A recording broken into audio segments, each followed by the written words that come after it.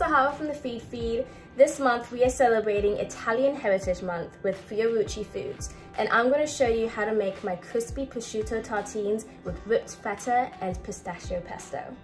Let's go. So this recipe is broken up into 3 parts. First, we're going to make the pesto. So I have some Parmesan. You can also use some Asiago. Something nice and dry and funky would be delicious in this. We have some cloves of garlic, olive oil, of course, pistachios. I have them lightly toasted, but you can use them raw as well. And then I have 2 lemons that we're going to juice and a whole bunch of basil. So the beauty of making pesto is that all you need to do is prep out your ingredients and then put everything into your food processor. I've also tried it with a high-speed blender and that works perfectly fine, so use whatever you fancy.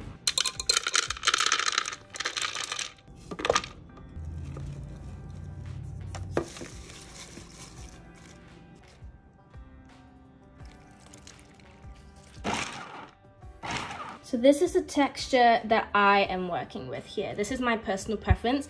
You can kind of see the texture of the pistachios and the basil very, very well. If you want it a little bit on the pureed side, a little bit more homogeneous, you can keep mixing. It's not going to do anything to the mix, but this is the kind of texture here that we're working with. Delicious. And now I'm going to set this aside and make the whipped feta.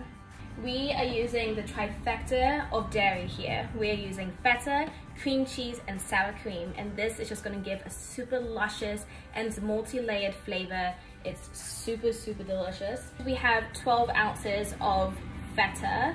I like to break them up with my hands, and I don't like buying pre-crumbled. I do like buying them in full block form. They just have a lot more flavor and a lot more texture and moisture, which is super important. We also have 3 tablespoons of olive oil, and we have a 1/4 cup, which is 4 tablespoons of sour cream. Then of course, some fresh cracked pepper and a nice pinch of salt. You don't need too much because obviously feta is quite salty, but more is more in my house. And we blend.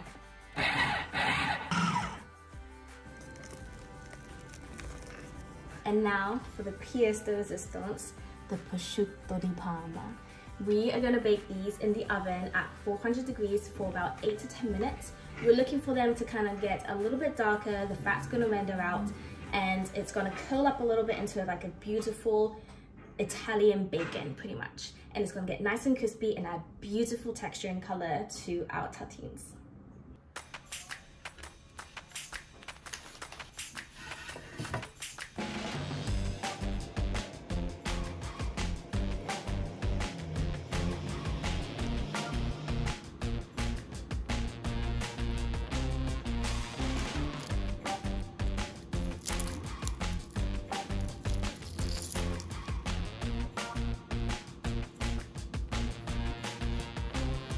And here we are. Can you guys see that? The beautiful tartines with crispy prosciutto, whipped feta, and pistachio pesto. Let's take a bite. Wow, that is so good. It literally tastes like Italy in one mouthful. And it's crazy because when I was developing this recipe, I was thinking about the color scheme of the flag, because most of these classic Italian recipes, the margherita pizza, is based on the color schemes of the flag, right? So we have the red from the prosciutto di Parma, the whites from the whipped feta, and then the pistachio pesto. This recipe is so good. Now you can get this recipe on thefifi.com, and I hope you guys make lots of delicious Italian recipes in celebration of Italian Heritage Month. And thanks for watching.